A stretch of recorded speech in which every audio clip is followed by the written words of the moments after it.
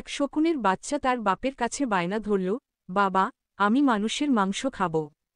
শকুন বলল, ঠিক আছে বেটা, সন্ধ্যার সময় এনে দেব। শকুন উড়ে গেল আর আসার সময় মুখে এক টুকরো শূকরের মাংস নিয়ে এসে বাসায় রাখল। বাচ্চা বলল, বাবা, এটা তো শূকরের মাংস, আমি মানুষের মাংস খেতে চাই।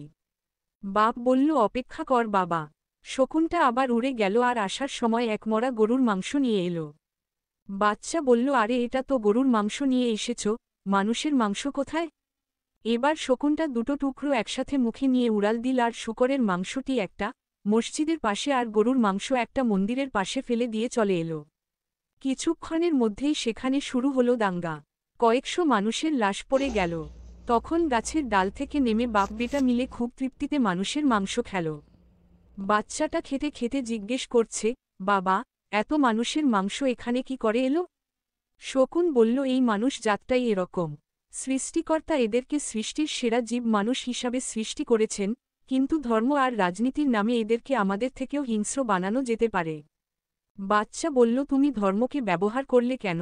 কতগুলো নিরীহ লোক মারা গেল, রাজনীতি করলেই পারতে। বাবা হেসে উত্তর দিল, তাতেও নিরীহ লোকগুলোই মারা পড়ত। ধর্মটা আবেগের জায়গা, তাই ফলাফলটাও তাৎক্ষণিক। তুমি আজই খেতে চেয়েছিলে।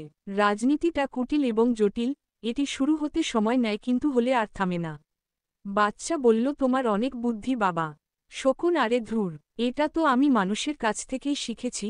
এদের একটা অংশ যখনই কোন অনিষ্ট করার চেষ্টায় ব্যর্থ হয় তখনই সহজ রাস্তা হিসেবে হয় ধর্মকে, নয়তো রাজনীতিকে ব্যবহার করে।